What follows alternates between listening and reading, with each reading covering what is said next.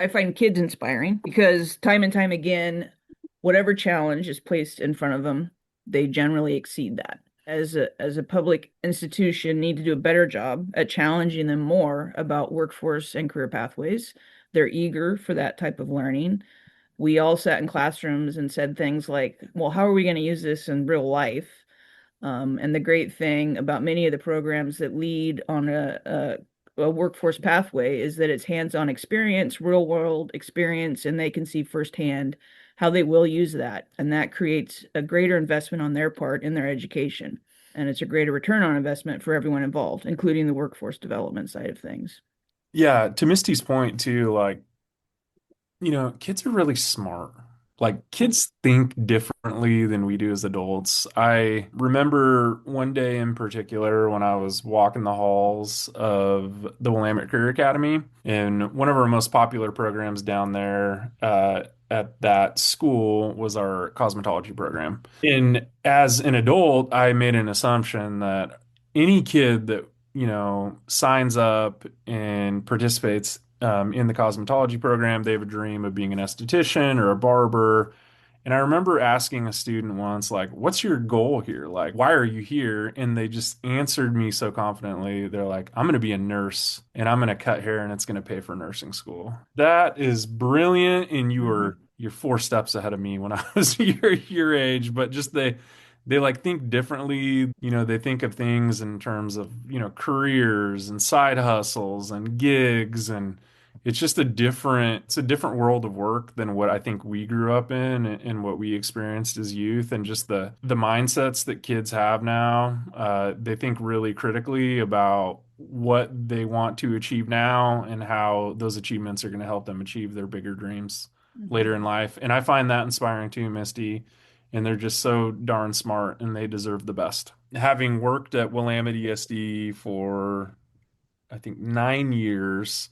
I had the opportunity to collaborate with Northwest Regional ESD on a number of projects. And so, fortunately for me, I was really familiar with the executive leadership team here. I was familiar with the region, having built what was a small program called the Willamette Promise that now operates across 6 ESDs. I had the luxury of spending a lot of time in the Northwest region, working with schools. And the thing that I've appreciated the most is just it really is probably the most complex ESD in the state in terms of like geography, in terms of the demographics, the kids we serve here. And it just seemed like a really unique challenge and opportunity to come up here and to bring some of the work that I was doing down in the Willamette region to Northwest Regional ESD, and I'm really excited to be here.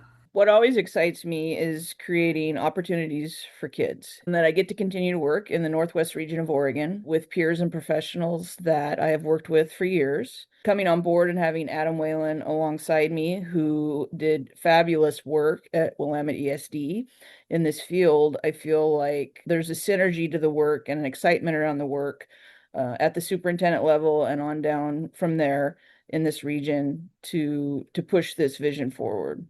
Having lived my entire life in a rural school district community, so often kids who grow up in a region like that, their exposure to different careers and resources and opportunities is limited. If they don't see a professional in front of them, it doesn't even ping on their radar that that might be a pathway for them. And so a regional approach to this work brings urban and rural together and increases opportunities for all the kids. This is a symbiotic relationship that directly feeds the workforce that we need.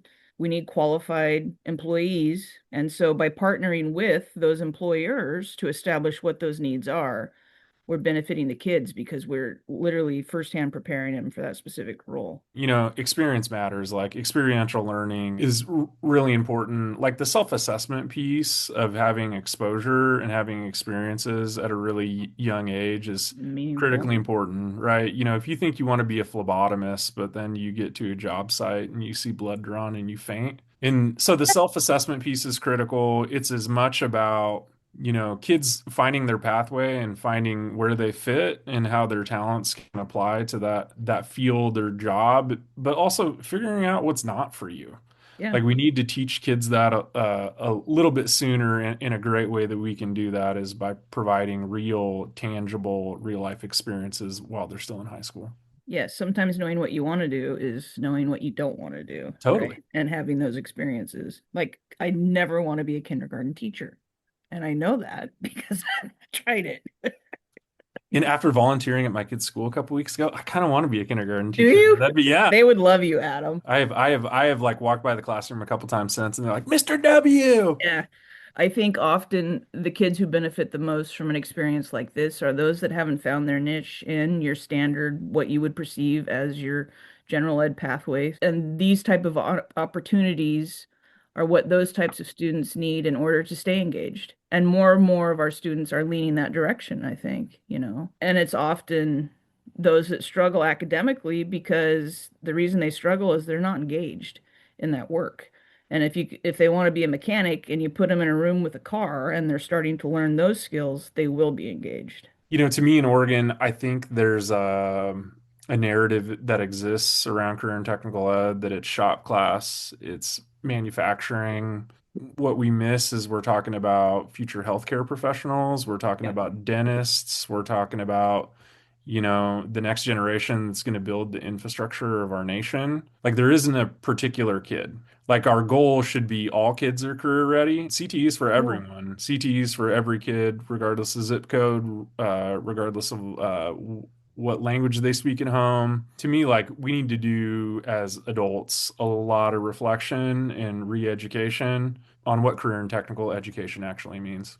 As like the national career cluster framework has modernized, I think it's up to us as Oregonians to learn a little bit more and update our own definitions that we use of what CTE is. I think that we should talk about this, Adam, is how, as an agency, the ESD is poised in a unique position to look to the future on this work because so often school administrators want to do this work but don't have the capacity. And so we sit in the unique position to be able look at all of our school districts and look at all of our partners and be that bridge between those two worlds where we're trying to push the work forward in a future generation need versus dealing with, the models of the past of public education.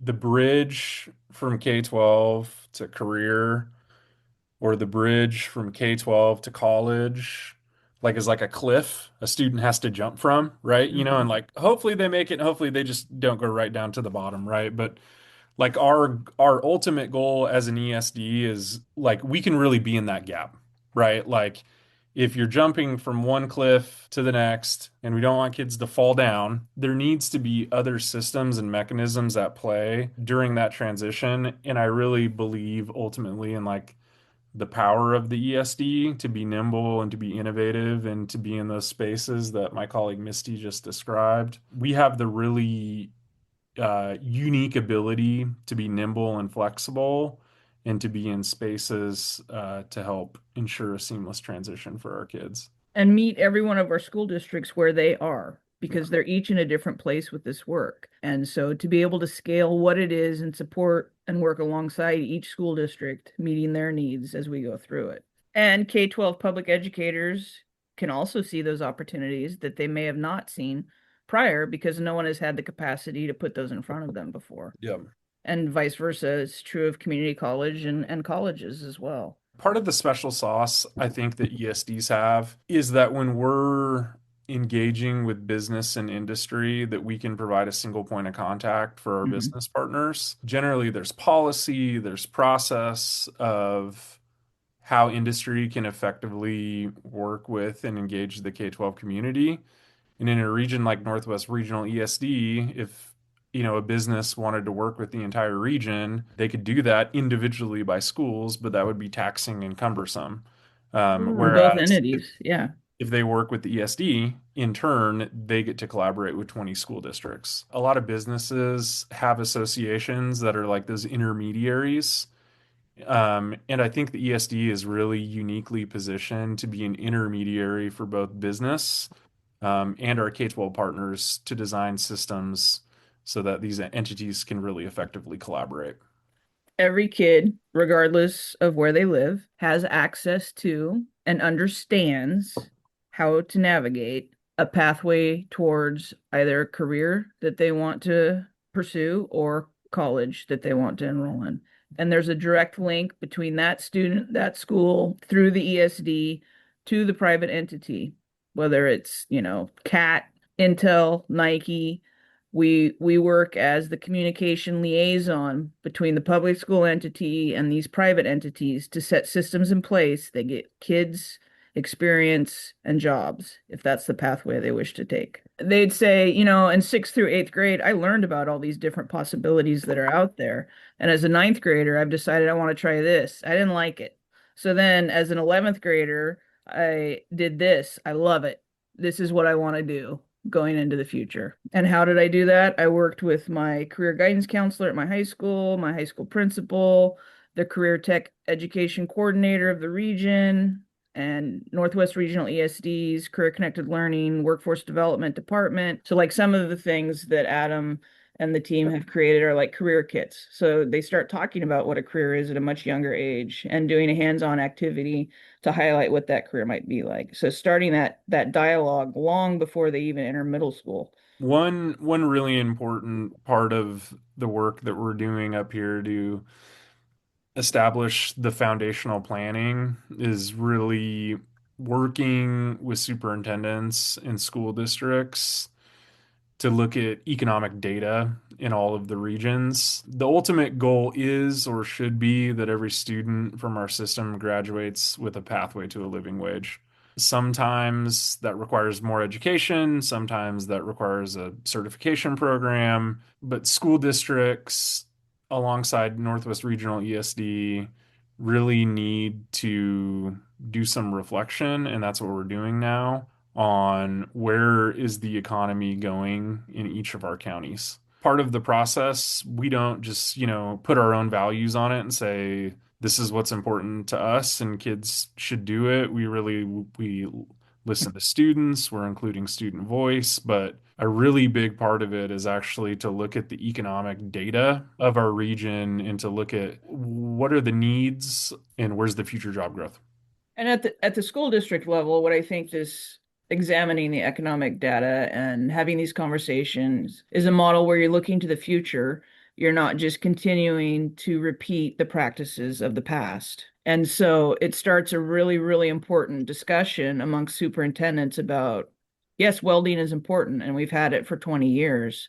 But what does a welding profession look like for our kids in the next 10 years of economic data, which it's still really relevant. I mean, that's probably a poor example, but are there programs out there that aren't going to meet our needs in the future? So let's talk about the future and how we have to reshape what we're offering our kids in order to do that. I've been super, super pleased with superintendents' discussions around this and their eagerness and excitement about looking to the future and how they can bring new opportunities into their communities. And so those have been really rewarding conversations to have with the superintendents in our region. And they're all working very collaboratively towards the same goal, which is increasing opportunities for all the kids. Misty, do you want to talk about kind of the visioning that we're doing with the career bridge and the four buckets and Yeah, so the superintendents have been working pretty hard the last few months of everyone attaining the same basic understanding of this work that we're doing. And so we're at a stage now where we're looking to the future and offering what things could look like in the world of job shadowing, internship. Adam will come back on and give us the other two. job shadows, internship, Guest speaking, and industry recognized credentials. credentials, which is the biggie. And so what we're in the process of doing now is essentially inventorying each district's needs in those areas, their understanding, the opportunities that they see that may be available, identify barriers that they feel might exist to those things for the students. One of the most promising practices that we're exploring is that there are a number of certification opportunities for kids to get certified in the healthcare space, for kids to get certified in manufacturing and welding, in hospitality management. And it is kind of like the Wild West of pathways. And I think one thing that we're really looking hard at doing is who are the people in the organizations and agencies that we can partner with to offer workforce certifications, and what would it look like for the ESD to be really involved in and to be kind of that conduit of offering a menu of workforce certifications, with us being one of the primary partners to access the districts. So two, I think, really promising, and we can call them pilots that we're launching, is we have a commercial driver's license program that we're launching for the class of 2026 in partnership with Elite Trucking. Elite holds the ability and accreditation to offer the certification, and we serve as the K-12 intermediary to advertise the opportunity, to recruit students, to create a pathway ultimately that leads to them getting a Class C driver's license. Another emerging partnership that we're working on in the certification space is with Linguava, that offers in an OHA approved healthcare interpretation credential. And so we're going to create a pilot for the class of 2026 also to potentially recruit a cohort that'll be certified by the Oregon Health Authority to do medical interpretation and translation. So us really leaning into partnerships is going to be a critical piece to this, not only with business and industry, but with training and certification providers, so that students don't have to do all that research and all that shopping, but the ESD can really work collaboratively with our partners to build really cohesive systems to advertise different certification opportunities to students prior to even graduating.